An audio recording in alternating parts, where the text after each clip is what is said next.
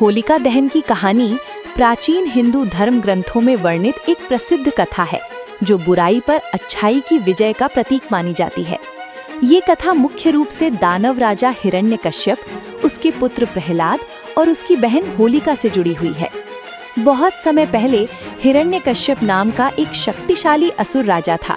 उसने कठोर तपस्या करके ब्रह्मा जी से एक वरदान प्राप्त किया था कि वो न दिन में मरेगा, न रात में, न घर के अंदर न बाहर, न किसी मनुष्य से, न किसी पशु से और न किसी अस्त्र या शस्त्र से। इस वरदान के कारण वो स्वयं को अजेय समझने लगा और अत्याचारी बन गया। उसने अपने राज्य में आदेश दिया कि कोई भी भगवान की पूजा नहीं करेगा, बल्कि सभी लोग केवल उसकी ही पूजा करेंगे।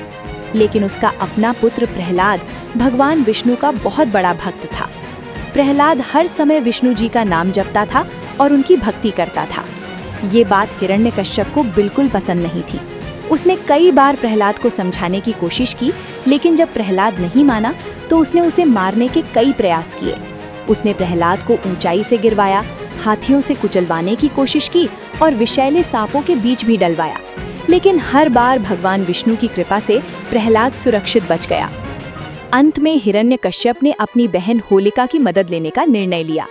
होलिका को एक विशेष वरदान प्राप्त था कि वो अग्नि में नहीं जल सकती। योजना ये बनी कि होलिका प्रहलाद को अपनी गोद में लेकर अग्नि में बैठ जाएगी, जिससे प्रहलाद जल जाएगा और होलिका सुरक्षित बच जाएगी। होलिका प्रहलाद को अपनी गोद में लेकर अग्नि में बैठ गई, लेकिन प्रहलाद भगवान विष्णु का नाम जपता रहा और उसे पूर्ण विश्वास था कि भगवान उसकी रक्षा करेंगे। भगवान की कृपा से चमत्कार हुआ। होलिका का वरदान निष्क्रिय हो गया और वो आग में जलकर भस्म हो गई, जबकि प्रहलाद सुरक्षित बाहर निकल आया। इसका कारण ये था कि होलिका ने अपने वरदान का दुरुपयोग किया था, जबकि प्रहलाद सच्चा भक्त था। इस घटना से ये सिद्ध हुआ कि जो व्यक्ति सच्चे मन से भगवान की भक्ति करता है, उसकी हमेशा रक्षा होती है, और जो व्यक्ति अहंकार और बुराई के रास्ते पर चलता है, उसका अंत निश्चित होता है। बाद में भगवान विष्णु ने नरसिंह अवतार लेकर हिरण्यकश्यप का वध किया और संसार को उसके अत्याचार से मुक्त कराया। इसी घटना की याद में हर वर्ष होली के एक दिन पहले होलिका दहन किया जाता है। इस दिन लोग लकड़ियाँ और उपले इकट्ठा करके आग जलाते हैं, जो बुराई के अंत और अच्छाई की जीत का प्रतीक है।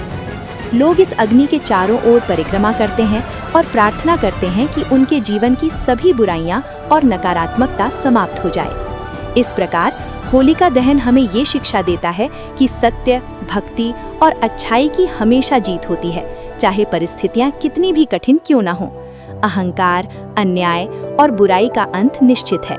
यही कारण है कि होलिका दहन तत्पश्चात रंगों का त्योहार होली भारतीय संस्कृति में एक महत्वपूर्ण और प्रेरणादायक पर्व माना जाता है। Subscribe, like, share, and spread the message of unity and kindness.